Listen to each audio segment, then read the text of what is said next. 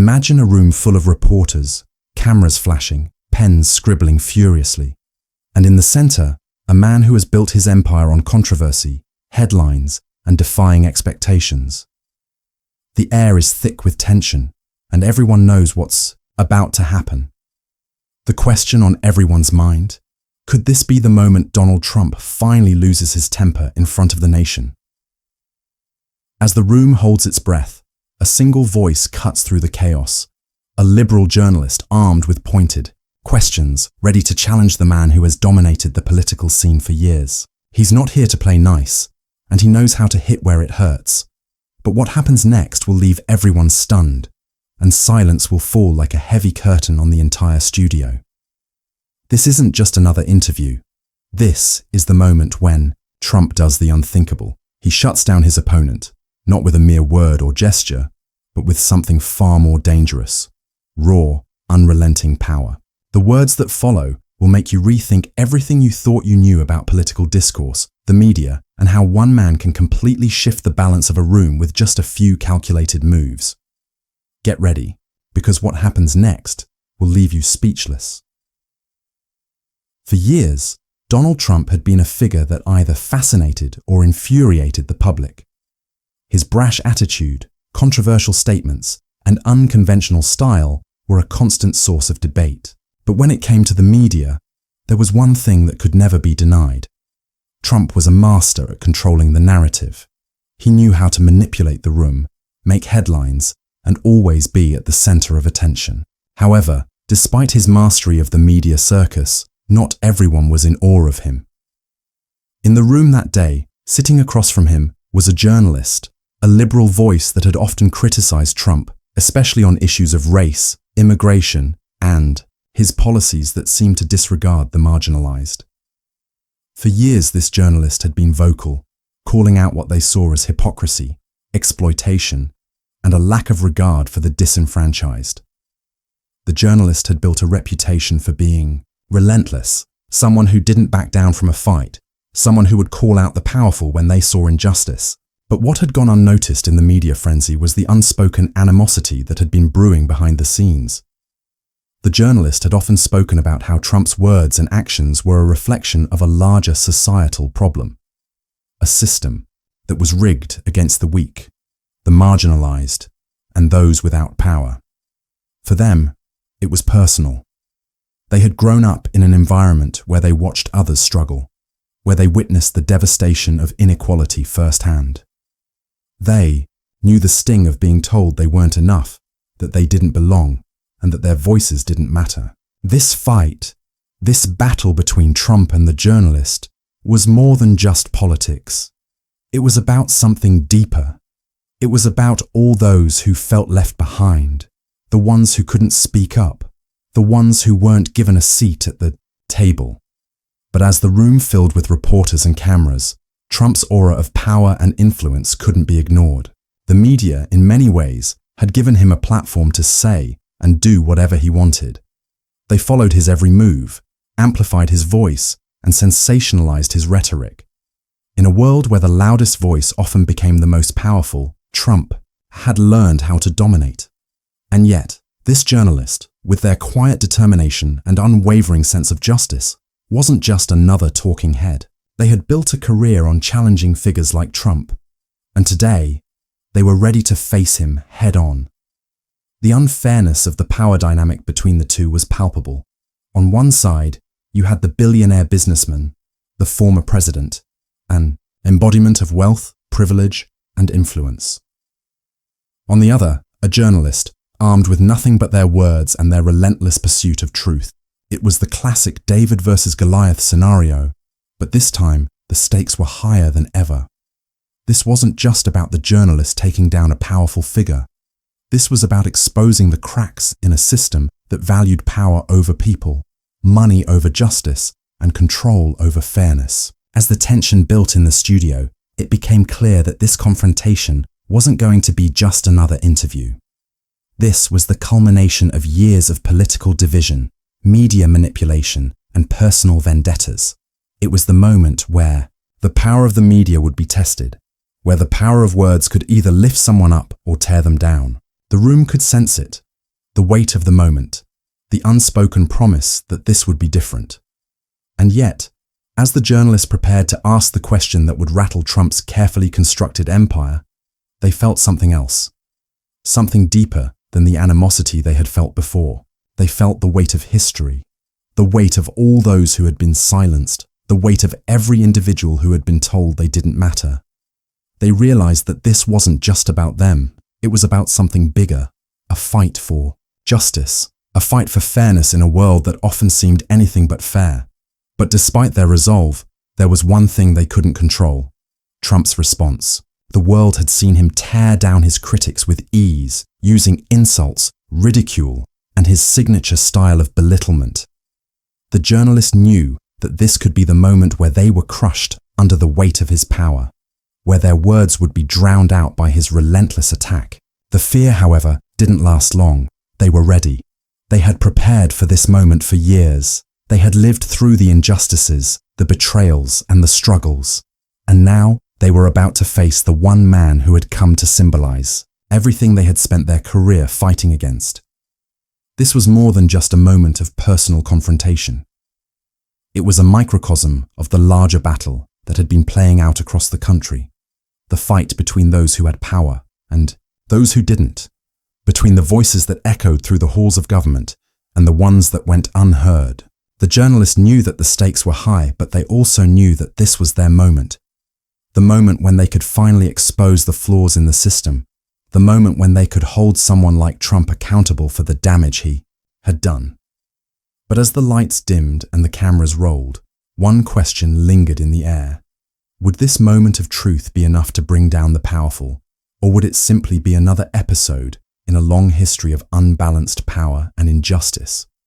The moment had arrived, and the room was heavy with anticipation. The journalist could feel the weight of the eyes upon them.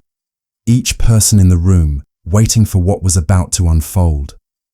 Their heart raced, their palms slightly clammy as they prepared to ask the question that could change everything. For years, they had gathered evidence, written articles, made the case for justice in the face of inequality and corruption. This moment was the culmination of all of it. But as they opened their mouth to speak, something strange happened. A coldness, a sense of overwhelming pressure suddenly washed over them. It wasn't fear. No, they were beyond fear at this point. It was something else, something deeper. This wasn't just an interview anymore. This was personal. This was their chance to expose the man who had mocked their ideals, who had perpetuated a system that had kept so many people down. But it wasn't going to be as easy as they thought. As they asked the first question, Trump's response was sharp, cutting.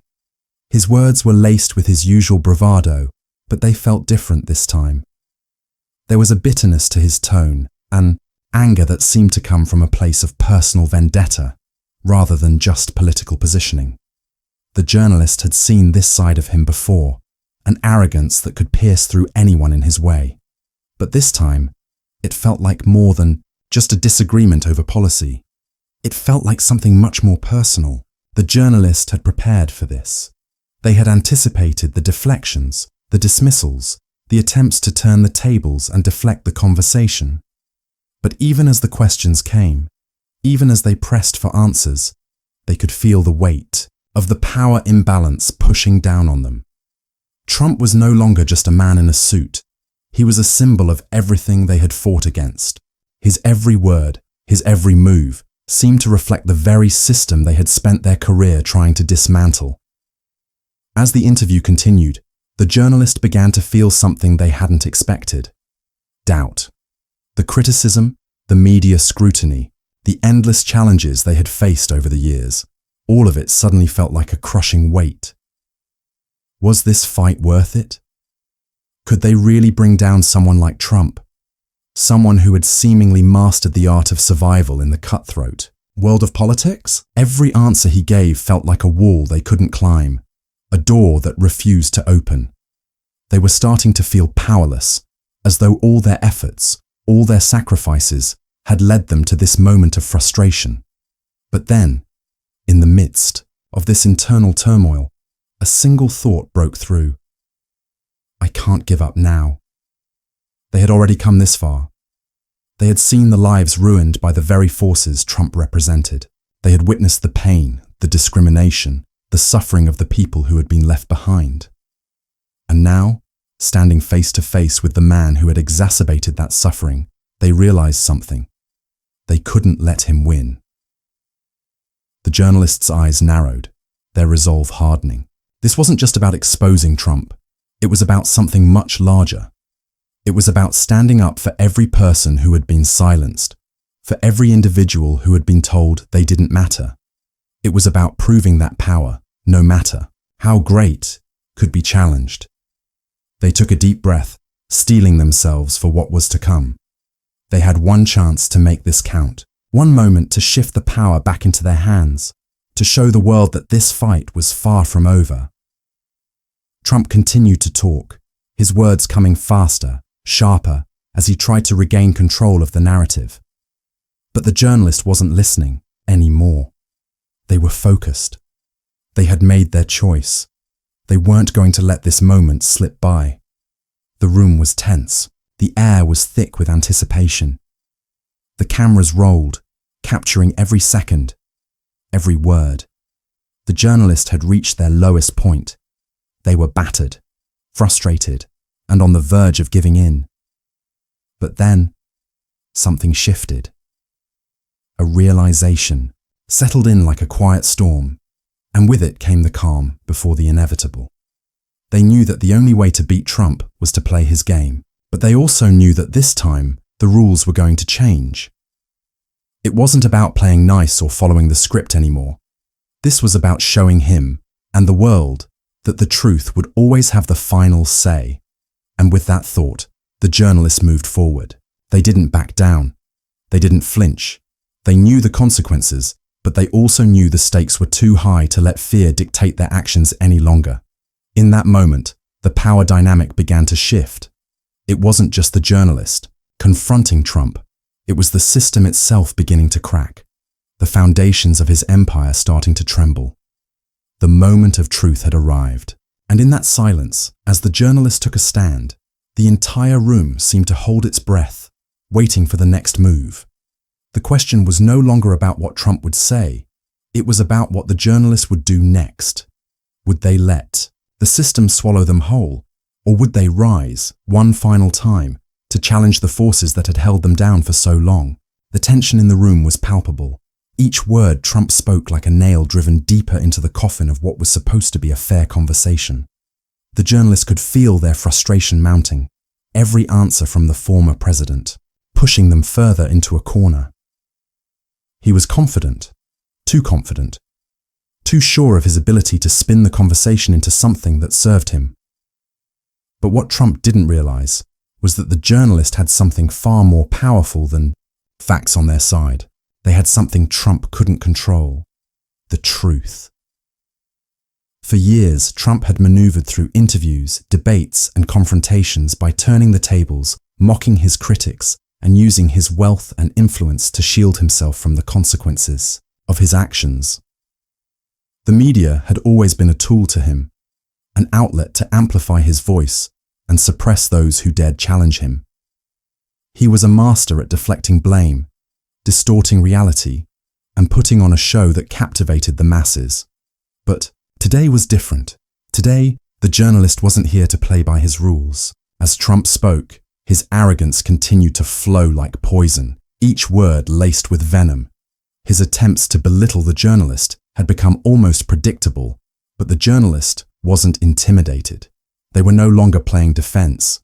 They were playing offense, and for the first time in the interview, they could see the cracks in his armor. They could sense it. A small tremor in his voice, a slight shift in his posture. The man who had built an empire on control was now starting to lose it. The journalist leaned in, their eyes focused, their mind sharp.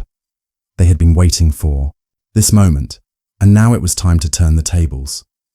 "You're used to spinning narratives, aren't you?" the journalist asked, their voice calm but carrying a weight that Trump hadn't expected. "You've done it for years. You've created a reality where you're untouchable, where you hold all the cards. But what happens when that narrative falls apart? Trump scoffed, his smirk returning as he opened his mouth to dismiss the comment. But before he could, the journalist hit him with something he didn't see coming. "You've been lying for years, Donald," they said, their voice unwavering. "Lying to the American people, to your supporters, and to yourself. You've created this myth of success, of strength, but beneath it all, you're terrified of the truth. And you know what? It's catching up to you." For the first time, Trump paused. His smirk faltered, and his eyes narrowed as he tried to regain his composure. But the journalist wasn't finished. They knew something that Trump had hoped would never come to light, something that had been carefully hidden from the public for years. They had the evidence, the documents, and the testimonies that could dismantle everything Trump had built. "The truth is, you're not the man you pretend to be," the journalist continued. "You've used your wealth and power to manipulate and deceive. But that's all it is, a facade, and the people are starting to see through it." The room grew quiet as the journalist dropped the bombshell. The evidence, the research, the countless hours spent digging into Trump's past, all of it was about to come to light. They had compiled a dossier of his business dealings, his questionable relationships, and the lies he had told to build his empire. It was all there, laid bare for anyone willing to look.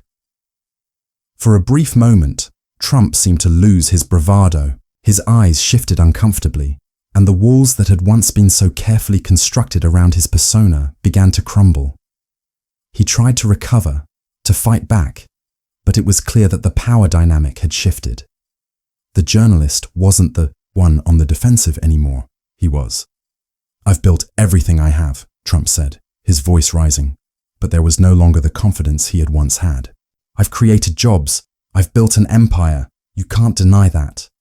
The journalists smiled, their heart pounding in their chest. They had anticipated this response. This was the exact moment they had been waiting for. The journalist's eyes glinted with determination. "You may have built something, Donald," they said, "but what you built was built on lies. And now, the truth is coming for you." The studio fell silent. The reporters, the cameras, everyone in the room was waiting for Trump to strike back, to regain control. But he didn't. The walls he had so carefully constructed for years were no longer holding up. The facade was crumbling, and Trump could do nothing to stop it. In that moment, the journalist realized something. Trump had never been as powerful as he had seemed. His empire, his wealth, his status, none of it was truly unshakable. It was built on manipulation, lies, and deceit. And now, with the truth coming to light, it was falling apart, piece by piece. Trump's gaze faltered, his arrogance slipping away as the full weight of the revelation hit him. He wasn't the untouchable figure he had once been. The media, the public, and even his own supporters were beginning to see him for what he truly was. A man who had used power to prop up a broken narrative. And the more he tried to deflect, the more it became apparent that he had no answers to the questions that mattered. The journalist had done it. They had taken the fight to him and revealed the cracks in his armor. And now, for the first time, Trump's control over the situation was slipping. The room was no longer filled with the tension of a powerful man, asserting his dominance. It was filled with the hum of realization that the tables had turned. But this wasn't just a victory for the journalist.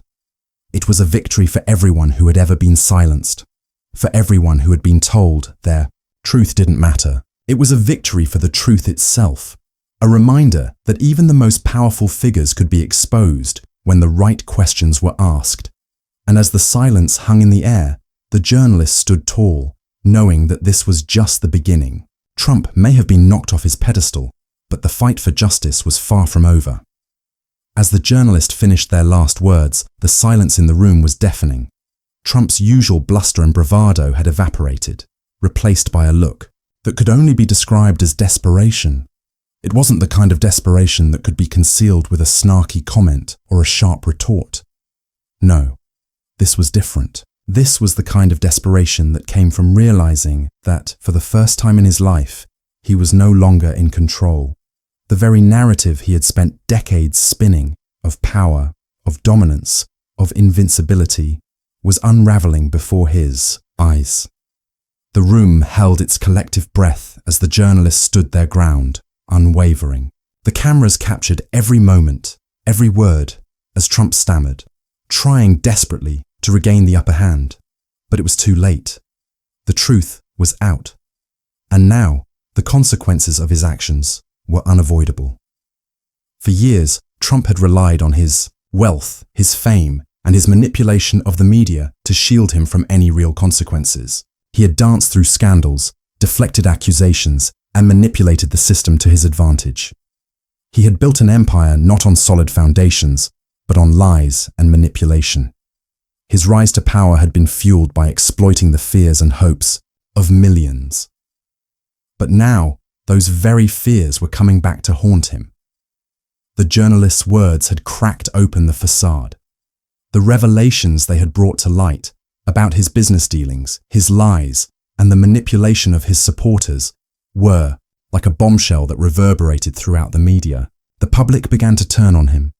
His loyal supporters, once blind to his faults, now started to question everything they had been told. The very myth that Trump had carefully cultivated over the years, the myth of his infallibility, was beginning to crumble. But this wasn't just about public opinion. It wasn't just about the scandal, the headlines, or the media frenzy. This was about something deeper. It was about the reality that Trump had spent his entire career dodging consequences, evading the truth, and exploiting the system. And now, for the first time, the system was turning on him. The journalists' persistence had paid off. They had risked their career, their reputation, and their sanity to expose the truth. And now, as the world watched, Trump was being held accountable, not by a legal system, not by his political opponents, but by the very forces he had spent a lifetime manipulating. In the weeks that followed, the fallout from the interview was impossible to ignore. Investigations were launched into Trump's business practices, his political dealings, and his personal finances. The public, once so enamored with him, now began to see him for what he truly was, a man who had used power to deceive, to manipulate, and to exploit. The revelations were a wake-up call, not just for Trump, but for the entire political system that had allowed him to rise to such heights in the first place. And then, the unthinkable happened. Trump's empire, which had once seemed so indestructible, began to fall apart. His business dealings were exposed as fraudulent, his political influence began to wane, and the people who had once been loyal to him started to abandon him. The foundation of his empire had always been built on lies, and now those lies were coming back to haunt him. But perhaps the most satisfying part of it all was watching Trump's reaction. For the first time in his life, he wasn't the one making the rules. He wasn't the one in control. He wasn't the one dictating the terms of the conversation. No, this time, the consequences were being dictated by the people he had exploited for so long. And it was a beautiful thing to watch. In the final hours of his public downfall, Trump tried desperately to salvage his image. He tried to spin the narrative, to claim that he was the victim, that the media had been unfair to him. But it was too late. The damage had been done. The damned truth had been exposed, and no amount of spin could undo the damage. The world was waking up to the reality of who he truly was, and there was no turning back.